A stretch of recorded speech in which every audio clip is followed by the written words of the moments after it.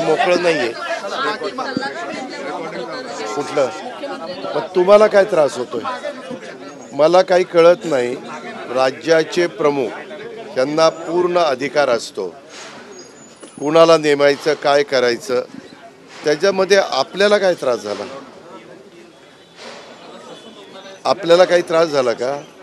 जर आमच्या राज्यामध्ये आर्थिक शिस्त लावण्याच्या करता मी प्रयत्न करतोय, देवेंद्र फडणवीस साहेब प्रयत्न करतायत, एकनाथराव शिंदे साहेब प्रयत्न करतायत, त्यावेळेस काही अनुभवी लोकांना घेऊन त्यांच्या जर वर्ल्ड बँकेशी ओळखी असल्या, त्याच्यातनं आपल्याला जास्तीचा फंड्स मिळत असला तर आपल्याला काय अडचण वाटते? राज्याचं त्याच्यातनं भलंच होणार आहे. आपल्याला काय होतं, काहीतरी त्याच्यातनं वेगळा अर्थ काढला जातो. माझं स्वतःचं वैयक्तिक मत आहे की मुख्यमंत्र्यांनी योग्य निर्णय घेतला. कशाचा? हे ऐका, हे इतके फालतूगिरी चाललेली आहे. ह्या संदर्भामध्ये कारण नसताना त्याच्याबद्दल मी आणि एकनाथरावांनी आज ठरवलं, मी एकनाथराव आणि मुख्यमंत्र्यांनी, की इथून पुढं किती घाई गडबड असली तर 2-2 मिनटं का होईना मी आणि एकनाथरावांनी बोलायचं ठरवलेलं आहे. त्याच्यामुळे तुम्हाला आता परत असा मुद्दा मिळणार नाही. आम्ही आमच्या वेळेचं गणित बसून त्याबद्दलचा निर्णय घेत असतो. आणि त्यामध्ये परवा राज्यपाल बोलले, आपले मुख्यमंत्री महोदय बोलले आणि तो कार्यक्रम संपला. पण आता तुम्हाला आमच्या दोघांची इतकी काळजी आहे मीडियाला की आम्हालाच आश्चर्य वाटतं की एवढं आपल्याकडं लक्ष आहे. म्हणून मुख्यमंत्र्यांनी आणि आम्ही दोन्ही उपमुख्यमंत्र्यांनी ठरवलेलं आहे की इथून पुढं कुठलाही कार्यक्रम असला तरी वेळ कमी असला तरी थोडंसं तिथं बोलायचं, म्हणजे मग तुमचं समाधान होईल. लाडक्या बहिणीच्या वरतून विरोधक आरोप करतात की ही योजना हळूहळू बंद करण्याचा घाट जो आहे तो सत्ताधारी घालतात. फक्त निवडणुकींच्या पुरता ही योजना जी आहे ती समोर. मी यंदाच्या वर्षी माझ्या माहितीप्रमाणे जेवढे अर्थसंकल्पामध्ये तरतूद करायला पाहिजे होती तेवढी तरतूद केलेली आहे. ज्यावेळेस असं काही घडेल त्यावेळेस तो प्रश्न विचारा. आत्ता घडलंय का? नाही घडलं. आम्ही ती योजना चालू ठेवणार आहे हे आम्ही सर्वांना सांगतोय आणि ती चालू ठेवलेली आहे.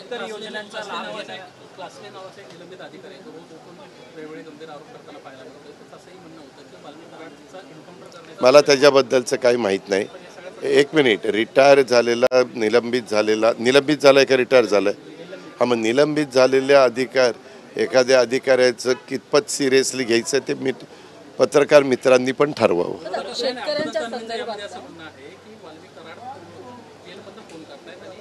मी असं कोण म्हणतं? मग अंबादास दानवेंनी त्याच्या पद्धतीचं गृहमंत्री आपले स्वतः मुख्यमंत्री आहेत, काही कागदपत्र असतील तर ती द्यावी, त्याची चौकशी करू आणि कोण दोषी असेल त्याच्यावर कारवाई करू. पण नमो शेतकरी योजना जी जे लाभार्थी आहेत महिलांना फक्त 500 रुपये दिले जाणार, त्याच्यावरतून विरोधक मात्र आक्रमक झालेत. म्हणतात की जिथे 500 रुपये देणे जाणार म्हणजे त्यांना नमो शेतकरी योजनेच्या अंतर्गत त्यांना 1000 रुपये मिळतात आणि आता लाडकी बहीण योजनेकडून त्यांना फक्त 500 रुपये दिले जाणार. अशी संख्या जी आहे ती 8 लाखाच्या घरात आहे. हा, आमचं म्हणणं आहे की त्यामध्ये कुठल्या तरी एका योजनेचा लाभ घ्यावा. मग त्यांनी इकडची योजना जी आहे राज्य सरकारची ती 500ची, केंद्राची ती त्यांना मिळेलच. केंद्राच्या योजनेचा आणि राज्य सरकारचा अर्थार्थी काही संबंध नाही, कारण मोदी साहेबांनी ती देशातल्या शेतकऱ्यांना दिलेली योजना आहे. जर असं काही असेल तर ही 500 रुपयाची योजना ती न घेता 1,500 रुपयाचा फायदा म्हणजे लाभ घ्यावा. कुठला लाभ निवडायचा ते ऐच्छिक आपण आमच्या लाडक्या बहिणींवर सोपवलेलं आहे. हां, आपणच दाखवतोय ना, 2 अहवाल आले, 3रा अहवाल आलाय, असं मी टी व्हीच्या वेगवेगळ्या चॅनलला बघतोय. त्याच्याबद्दल नाही, मी काही माहिती घेतलेली नाही आहे, कारण मुख्यमंत्री स्तरावर ते काम चाललेलं आहे. आणि मी एवढंच मागे सांगितलेलं आहे, आम्ही सगळ्यांनीच सांगितलेलं आहे, जे कोणी दोषी त्याच्यामध्ये असतील. आज मला असंही कळलेलं होतं की मंगेशकर परिवार पण प्रेस कॉन्फरन्स घेणार आहे, पण आज मंगळवार असतो, इतकी माझ्याकडे गर्दी होती, सगळ्यांकडेच असते. आणि आज माझ्याकडे संध्याकाळची माझी आमदारांची पण मीटिंग असते, त्याच्यामुळे मी आता मीटिंगला खरं तर चाललेलो आहे. पण माझ्या माहितीप्रमाणे त्या संदर्भात योग्य ती कारवाई केली जाईल. आता जालन्यामध्ये शेतकऱ्यांचे जे गारपिटीचे जे नुकसान भरपाईची जी रक्कम होती जवळपास 50 कोटीची, ती रक्कम तलाट्यांनी तहसीलदाराचा अकाउंट वापरून काढून घेतल्याचा एक प्रकार समोर आलेला आहे. अशा पद्धतीने शेतकऱ्यांचे जे त्याची चौकशी केली जाईल. असं कुणालाही करता येणार नाही. तसं काही झालं असेल तर मी ॲग्रिकल्चर मिनिस्टर पण मला आत्ता त्या ठिकाणी भेटतील, मदत पुनर्वसन मिनिस्टर पण भेटतील, कारण ती दोन्ही खाती राष्ट्रवादीकडे आहे. मी आत्ता गेल्या त्यांना असं काही जालना जिल्ह्यात झालं आहे कारण आता गाडीतनं जातानाच कलेक्टरला पण फोन करीन की बाबा असं आमच्या एका पत्रकार भगिनीनं विचारलेलं आहे, तर त्याच्यात कितपत तथ्य आहे, खरं आहे का खोटं आहे, आणि जर खरं असेल तर पुढची कारवाई ही ताबडतोब करा.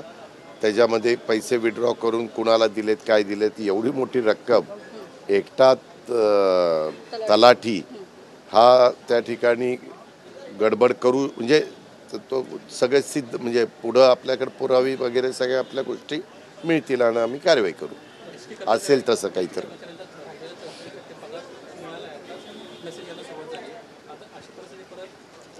परत येणार नाही अशी काळजी आम्ही घेतोय. माझं एकनाथरावांचं, प्रताप सरनाईकांचं, मुख्यमंत्र्यांचं, आमचं सगळ्यांचं बोलणं झालं. मी फायनान्सलाही सांगितलेलं आहे की आरडाओरडा करून नंतर देण्यापेक्षा ज्या त्या वेळेसच दिलं तर कारण नसताना सरकारची बदनामी होणार नाही असं मी सांगितलं. तुम्ही आणि शरद पवार सातत्यानं एकाच मंचावरती सातत्याने येतात. तुला काय त्रास होतो? आम्ही कुठं एकत्र यावं काय करावं तो आमचा अधिकार आहे ना. जर आम्ही वसंतदादा इन्स्टिट्यूटमध्ये ते स्वतः अध्यक्ष आहेत, मी त्या बोर्डावर आहे. रयत शिक्षण संस्थेमध्ये ते अध्यक्ष आहेत, मी त्या बोर्डावर आहे. त्याच्यामध्ये मी एकटा नव्हतो. दिलीप वळसे पाटील होते, डॉक्टर कदम होते, विश्वजित कदम, त्याच्यामध्ये अनिल पाटील होते, अनेक जण तिथं होते. पण तुम्हाला मीच दिसतोय. तुम्ही काळजी करू नका, तुम्ही काही काळजी करू नका. कार्यकर्ते आमचे हुशार आहेत. आपण आपल्या मनात संभ्रम निर्माण होऊन देऊ नका. दादा, संभाजी भिडेंना